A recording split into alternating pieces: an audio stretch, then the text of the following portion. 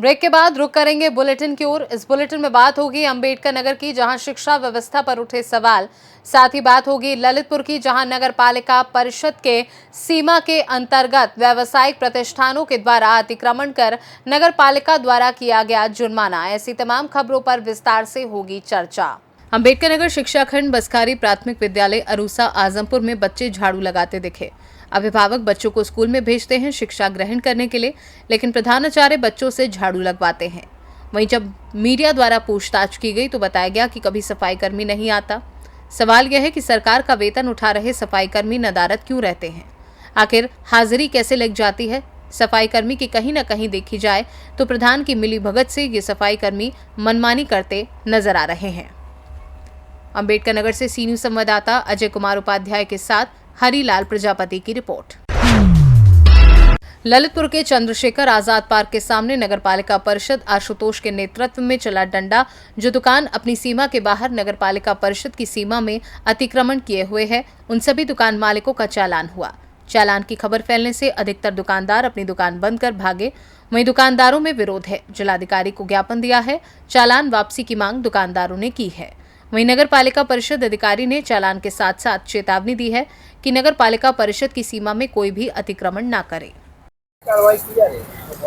जिलाधिकारी महोदय के निर्देशन में लगभग 1 महीना पूर्व सबको निर्देशित किया गया। सदर सीओ साहब भी आए थे, पूरा प्रशासन था, सबको निर्देशित किया गया था। स्वयं सीओ साहब ने अवगत कराया था, अनाउंस किया था कि आप जो है नगर की सड़क की सीमा के अंदर अपनी हद में रहें। लेकिन ये लोग जो है उनके कहने के बावजूद भी अपनी हद जो है क्रॉस कर देते हैं। हर बार जो है रोड पे अतिक्रमण फैला देते हैं। तो अधिशासी अधिकारी महोदय के आदेश के क्रम में हम जो है नोटिस की कार्रवाई कर रहे हैं, नोटिस सबको सर्व कर रहे हैं।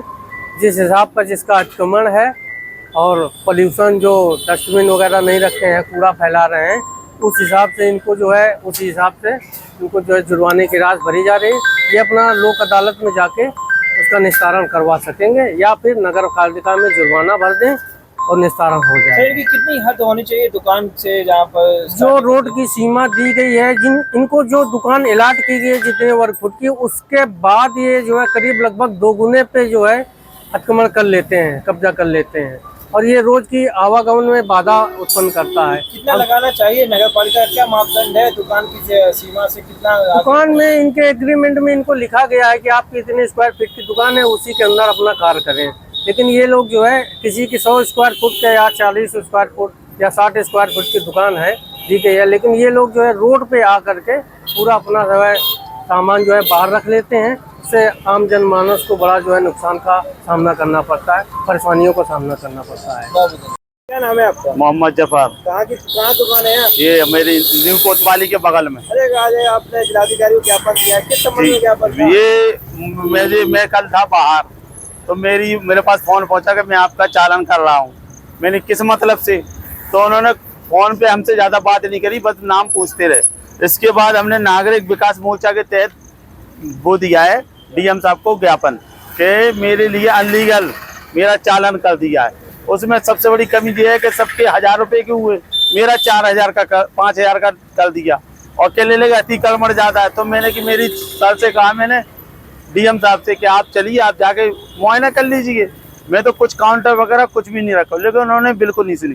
अभी फिर दोबारा आए थे वो चालान करने के लिए, मैं उनसे गया कि मैंने आपने सबके 1000 के कर रहे, मेरा 5000 का कर दिया। कहले आप जाइए कोर्ट में आइए, आपका तभी बात हो पाएगी। मांग क्या है आपने? मांग ये है कि सबके निरस्त किए जाए। नगर पालिका की दुकानें हैं और नगर पालिका के हम लोग मजदूर हैं, तो इसके लिए मैं डीएम साहब से प्रार्थना करूंगा इसको निरस्त करिए कर दें और संघ ईओ साहब से भी कहूंगा कि इसको निरस्त कर दें, वरना हम लोग बाजार बंद करेंगे।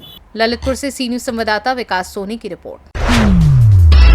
हेमंत सरकार की महत्वाकांक्षी योजना सरकार आपके द्वार के तहत गारू प्रखंड के कोटाम पंचायत सचिवालय में शुक्रवार को एक विशेष शिविर का आयोजन किया गया। इस शिविर का उद्घाटन प्रखंड प्रमुख सीता देवी, अंचलाधिकारी दिनेश मिश्रा, प्रखंड प्रमुख सीता देवी, जेएमएम प्रखंड अध्यक्ष तौकीर मियां, मनरेगा बीपीओ मुकेश कुमार आलम, उप मुखिया कमली देवी, अमृतेश्वर सिंह दीप प्रज्वलित कर कार्यक्रम का शुभारंभ किया। इस अवसर पर प्रखंड प्रमुख सीता देवी ने उपस्थित ग्रामीणों को संबोधित करते हुए कहा कि सरकार आपके द्वार कार्यक्रम का उद्देश्य जनता की समस्याओं को सीधे पंचायत स्तर पर हल करना है। उन्होंने कहा कि सरकार की विभिन्न योजनाओं का लाभ अब ग्रामीणों को दिया जाएगा, जिससे उन्हें जिला मुख्यालय या प्रखंड मुख्यालय की दौड़ लगाने की जरूरत नहीं पड़ेगी। शिविर के शुभारंभ के दौरान स्वयं सहायता समूह की महिलाओं ने ढोल मांदर बजाकर एवं पुष्प गुच्छ देकर कार्यक्रम की शुरुआत की, जिसमें कार्यक्रम के माहौल में उत्साह और उल्लास का संचार हुआ। कार्यक्रम के सफल आयोजन में मंगल उरांव, मुनिदेव सिंह, निजामुद्दीन आलम, संजय राम, रघुवर सिंह सहित कई गणमान्य लोगों की महत्वपूर्ण भूमिका रही। लातेहार से कैमरा पर्सन रामदयाल यादव के साथ राम प्रवेश सिंह की रिपोर्ट। गुरु का जीवन में बड़ा महत्व होता है। गुरुओं से हमें माता पिता के बाद शिक्षा ग्रहण करने की दिशा में संस्कारवान शिक्षा के साथ साथ उच्च शिक्षा भी प्राप्त होती है। उक्त बातें पूर्वी चंपारण जिले के घोड़ासहन शहर के गांधीनगर में अवस्थित अटल सभागार में आयोजित शिक्षक दिवस कार्यक्रम में ढाका के भाजपा विधायक पवन जायसवाल ने कही। साथ ही उन्होंने कहा कि शिक्षकों का असली सम्मान उनके छात्रों की सफलता होती है। अच्छे को बेहतर बनाना और बिगड़े को सुधारना शिक्षकों के हाथ में होता है, जिसे शिक्षक बखूबी निभा रहे हैं। ऐसे में उनका सम्मान भी जरूरी है। इस अवसर पर शिक्षकों द्वारा सर्वपल्ली डॉक्टर राधा कृष्णन के जीवनी पर प्रकाश डाला गया व उनके पद चिन्हों पर चलने का आह्वान किया।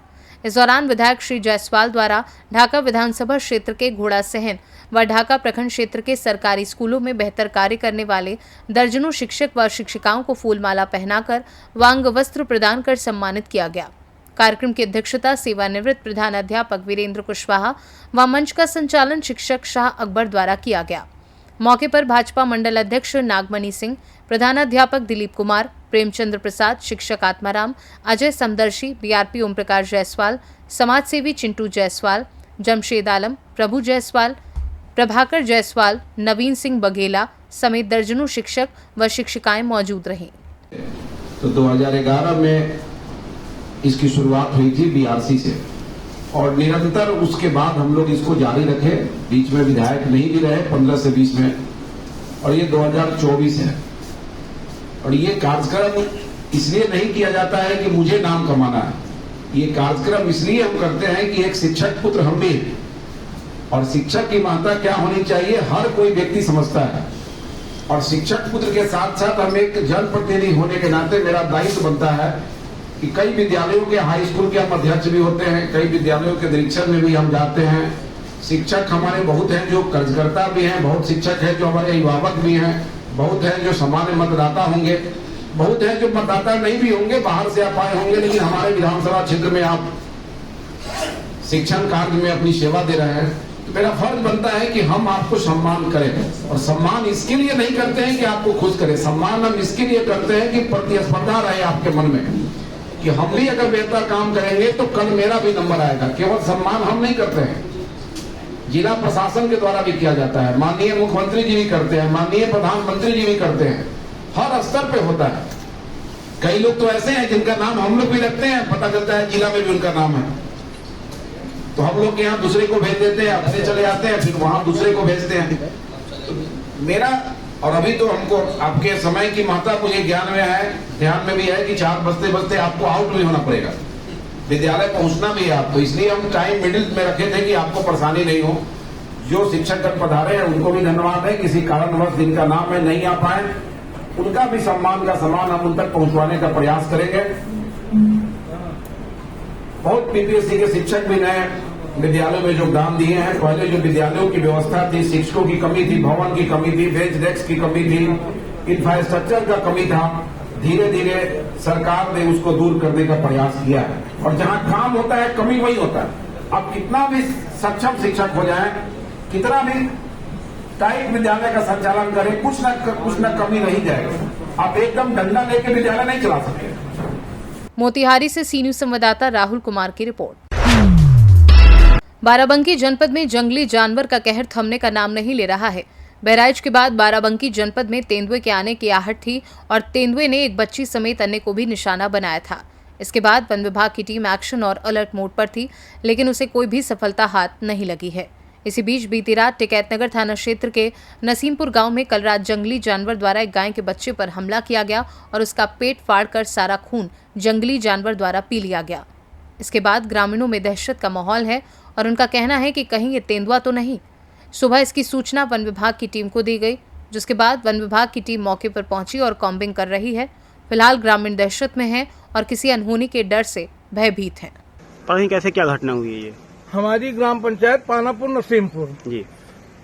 दोनों गांव पंचायतों के अंदर गांव के किनारे काफी जंगल है और जंगल के बीच में जंगली जानवर आज रात में लगभग 2 बजे के आसपास जब लड़का जगा तो 2 बजे जानवर ठीक ठाक से बांधे हुए थे। 2 बजे के बाद में हमला करके बछड़े का पेट फाड़ करके सारा खून पी गया और डेड बॉडी मौके पर पड़ी हुई है। मौके पे वन विभाग की टीम वन विभाग की टीम आई है, जंगलों की छानबीन कर रही है। इससे एहतियात के लिए आप लोगों ने गांव में किस तरीके का प्रबंध किया है? इसके आज की घटना को देखते हुए आज रात से पूरे गांव में कैंपिंग की जाएगी। ग्रामीणों द्वारा पहरा दिया जाएगा, अपने अपने जानवरों की अपने अपने बच्चों की सुरक्षा की जाएगी। सत्यम शर्मा। गांव कौन सा है ये? नसीमपुर। क्या हुआ है? रात में ऐसे कोई जंगली जानवर आया, पेड़ फाड़ दिया, खा के खत्म कर दिया। मर चुका है, बंधा था छप्पर के नीचे। पहले जन्म हुआ था? कितना पुराना है? 1 महीना के हुआ है। 1 महीना का बछवा है ना? जी। बाराबंकी से सी न्यूज संवाददाता आफताब आलम की रिपोर्ट। बटियागढ़ तहसील क्षेत्र के ग्रामीणों को बड़ी सौगात मिलने जा रही है। यहां 25 करोड़ रुपए की लागत से 50 बेड का सामुदायिक स्वास्थ्य केंद्र बनाया जाएगा। आज राज्य मंत्री लखन पटेल पशुपालन एवं डेयरी विभाग दोपहर 1 बजे बटियागढ़ पहुंचे, जहां रेस्ट हाउस परिसर में पार्टी कार्यकर्ताओं के साथ बैठक की एवं क्षेत्रीय लोगों की समस्याओं का प्रशासनिक अधिकारियों से बात कर निराकरण किया। तत्पश्चात मंत्री पटेल पार्टी कार्यकर्ताओं सहित तहसील व स्वास्थ्य विभाग की टीम के साथ नए सामुदायिक स्वास्थ्य केंद्र के लिए भूमि का निरीक्षण कर, जहां पर बटियागढ़ की नई तहसील भवन बन गया है, वहीं पर सामुदायिक स्वास्थ्य केंद्र के लिए भूमि आरक्षित की गई। राज्य मंत्री लखन पटेल पशुपालन एवं डेयरी विभाग ने बताया कि भवन 25 करोड़ की लागत से 50 बेड स्वास्थ्य केंद्र बनेगा, जिसमें मरीजों के लिए अधिक से अधिक सुविधाएं उपलब्ध होंगी। बहुत दिनों से कार्यकर्ताओं के साथ बैठक नहीं हो पाई थी, क्योंकि पहले लोकसभा चुनाव चलता रहा तो रोज बैठकें होती रही। अभी कुछ लंबे समय से व्यस्तता के कारण कार्यकर्ताओं के साथ बैठना नहीं हो पाया था, तो वो भी था। दूसरा, अभी हमारी 2 सितंबर से जो सदस्यता प्रारंभ हुई है, उस सदस्यता के सिलसिले में भी सभी कार्यकर्ताओं से बैठक कर चर्चा हुई और सभी हर पंचायत हर पोलिंग पर लगभग 250 सदस्य बनाने का लक्ष्य भी रखा गया।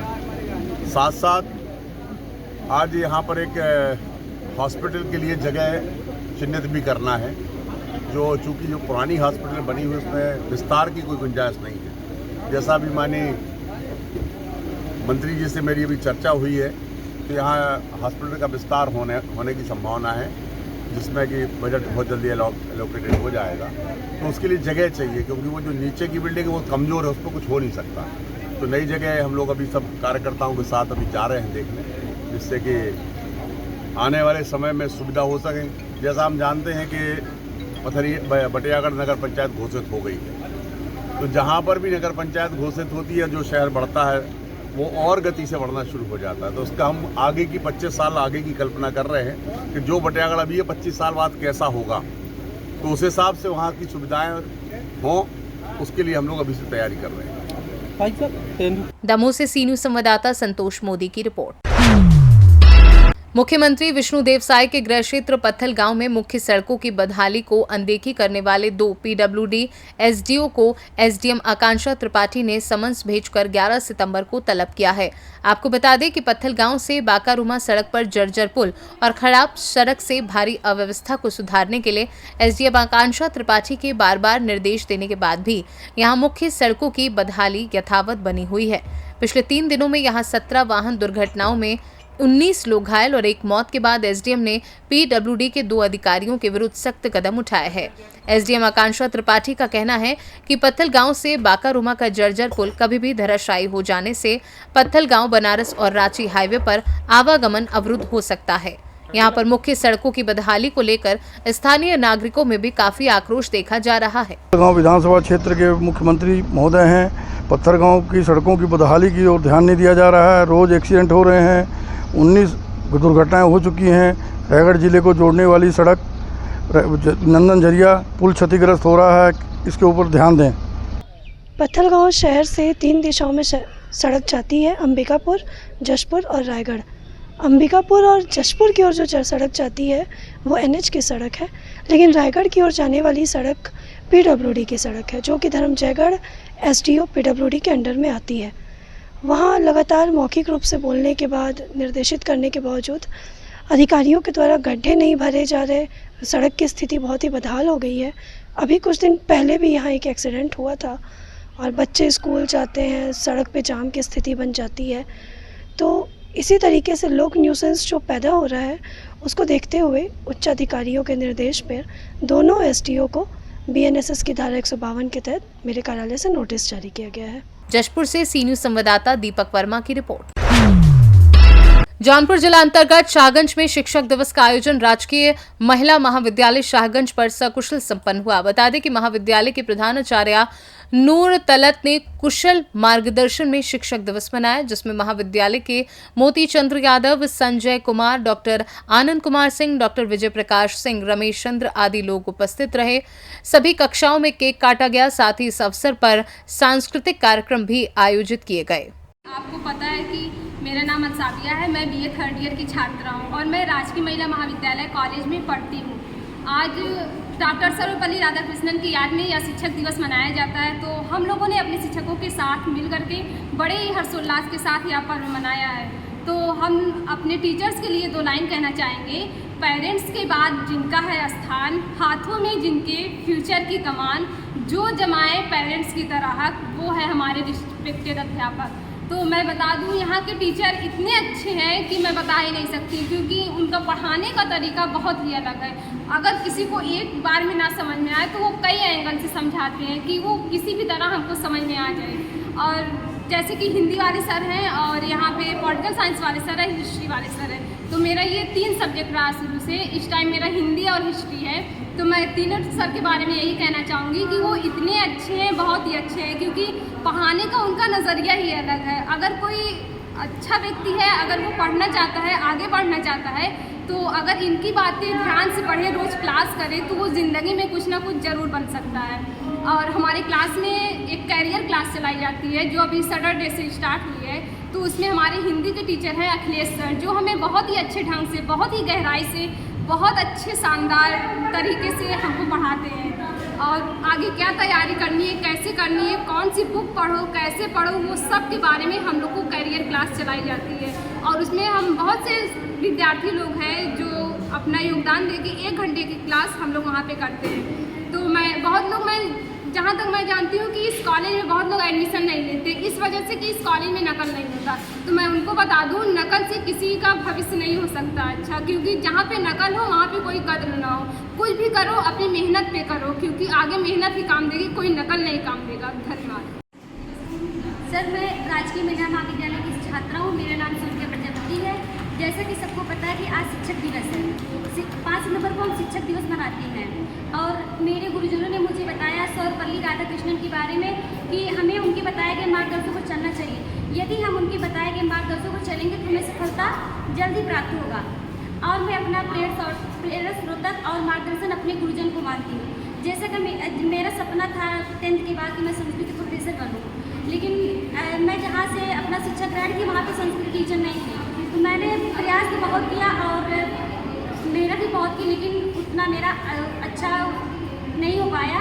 तो मैं यहाँ पर राजकीय महिला महाविद्यालय में एडमिशन करवाई, जहाँ पे मेरे Sanskrit sir professor Ramesh Chandra sir, उन्होंने मुझे इतनी अच्छी शिक्षा दी कि हाँ, मुझे लगता है कि मैं अपने सपनों को साकार कर सकती हूँ।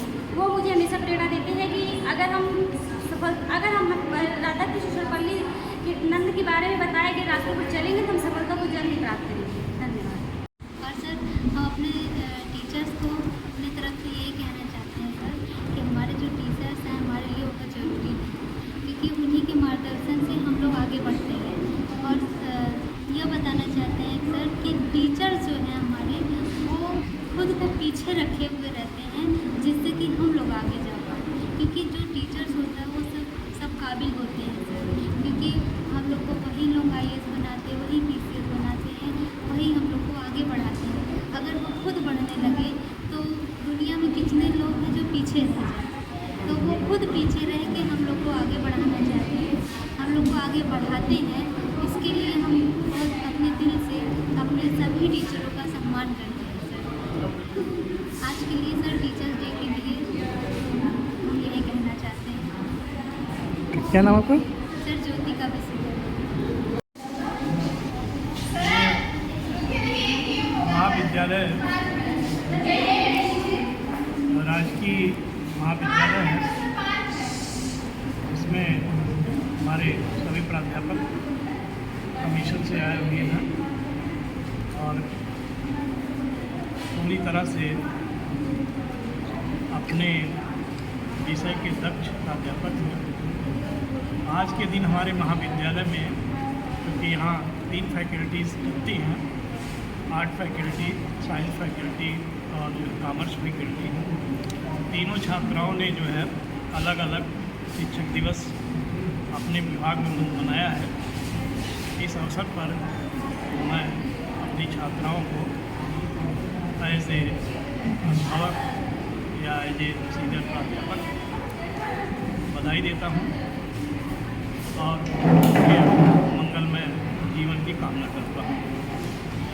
कि अगर वो पढ़ के निकल चुके हैं तो फिलहाल वो अपने टीचर के कॉन्टैक्ट में रहें, उनकी सपोर्ट में रहें, क्योंकि हमारे टीचर हमेशा हम लोग को मार्गदर्शन एक अच्छी तरीके से गाइड करते हैं। वो गाइड करते हुए कैसा भी गाइड करेंगे वो हमेशा हमारे लिए अच्छा होगा, एक अच्छे रास्ते पे हम चलेंगे। निश्चित तौर पर आगे बढ़ेंगे। हाँ बिल्कुल आगे बढ़ेंगे। क्या नाम आपका? जौनपुर से सी न्यूज संवाददाता दिवाकर मिश्रा के साथ दीपक सिंह की रिपोर्ट। ललितपुर के पावर प्लांट में कार्य करने वाले ऑपरेटर ने धानीवाल प्राइवेट लिमिटेड कंपनी के ठेकेदार के मिले से 16 से 24 घंटे तक कार्य कराने, वेतन कम देने और सुविधाएं कम उपलब्ध कराने के विरोध में जिलाधिकारी को ज्ञापन दिया है। उन्होंने आरोप लगाया कि 8 से 10 साल तक शोषित होते आ रहे हैं कंपनी के द्वारा। मांग की है कि वेतन बढ़ाया जाए और कंपनी में ज्वाइनिंग लेटर उपलब्ध कराया जाए। मैं आपका हमारा नाम दीपक कुमार गंगेले है। अच्छा, कहाँ से आए आप सभी? हम लोग चकलुआ पावर प्लांट से आए हैं। अच्छा, क्या समस्या लेकर आए? समस्या ये है कि हम लोगों का वहाँ पर शोषण हो रहा है। किस प्रकार से हो? किस प्रकार से हो रहा है शोषण? जो हमको सुविधाएं बजाज कंपनी देती है वो वेंडर कंपनी हमको नहीं देती है। हमको जो सैलरी मिलना चाहिए वो सैलरी नहीं मिल रही है। जो हम लोगों को लीव मिलना चाहिए वो लीव नहीं मिल रही है। 16 नंबर फॉर्म भरवाया जाता है कर्मचारियों का, वो 16 नंबर फॉर्म भी नहीं भरवाया जा रहा है। कितने साल से शोषण हो रहा है? हमारा 10 साल से शोषण हो रहा है। 10 साल से शोषण कर रहा है। तो अधिकारियों से आपने बात नहीं की? अधिकारियों से सर हम लोग आए हैं, वहाँ पे बात करते हैं तो बोल देते हैं तुमको जेल भेज दिया जाएगा, तुमको यहाँ से निकालेंगे, तुम्हें रखना ही नहीं है। तो हम लोगों को मजबूरी में दबाया जाता है। हम लोग एक समझौता के तौर पे काम कर लेते हैं। आप लोग 10 साल से दबते आ रहे हैं वहाँ पर? हाँ सर, 10 साल से दबते ही आ रहे हैं। अब हम लोगों के एक दबने की क्षमता खत्म हो गई है। हमको लग रहा है कि अगर अब हमें ये भगाएंगे तो हमारे पास आत्महत्या करने के अलावा कोई साधन नहीं रह गया है। क्या नाम है आपका? भूपेंद्र सिंह राजपूत। अच्छा, किस प्रकार आप शोषित हो रहे हैं? सैलरी की मांग लेने आए हैं। सैलरी बहुत कम मिलती है, हम लोगों को 10 साल से शोषण हो रहा है। अच्छा, कितनी मिलनी चाहिए आपकी? सर जैसे कि हम लोगों का जो बेसिक है तो 5 साल में अभी जो एग्रीमेंट तो हो रहा है, जैसे एग्रीमेंट होने के बावजूद अभी हम बेसिक पे पहुंचे हैं। अगर बेसिक जो होता तो अगर एग्रीमेंट होता तो आज हम 17-18 हजार पे होते। तो कितने साल से शोषित होते? हम 5 साल हो गए हमको। क्या मांग है? कोई 10 साल वाला है, कोई 4 साल वाला है। क्या मांग है आपकी? सर जो बाहर वालों को सैलरी मिलता है ना 15,000 से 20,000 के बीच में, वही सैलरी हम लोगों को भी चाहिए। सर मेरा नाम शादाब है। कहाँ काम करते हैं? सर मैं LPGCL में फील्ड ऑपरेटर का काम करता हूँ। किस समस्या को लेकर जाता है? सर हम लोग अपनी सैलरी के बेसिस पे आए हैं आज कि हम लोगों की सैलरी बहुत कम है। बैंक वाले जो साइन कर दिया, क्या हुआ? सर हम ड्यूटी से आ रहे थे तभी हमारा एक्सीडेंट हो गया और ना कंपनी की तरफ से हमें कुछ मिला है ना कुछ। सर अपने ही खर्चे पे सर हम इलाज करवा रहे हैं और सब करवा रहे हैं। क्या मांग है? सर ये जो सब लोगों की मांग है सर वही हमारी मांग है कि सैलरी हमारी सब अच्छे से बढ़ जाए और सब हो जाए। ललितपुर से सी न्यूज संवाददाता विकास सोनी की रिपोर्ट। फिलहाल के लिए बुलेटिन में बस इतना ही। वक्त है एक छोटे से ब्रेक का। ब्रेक के उस पार हम आपको और भी तमाम बड़ी खबरों से करवाएंगे रूबरू।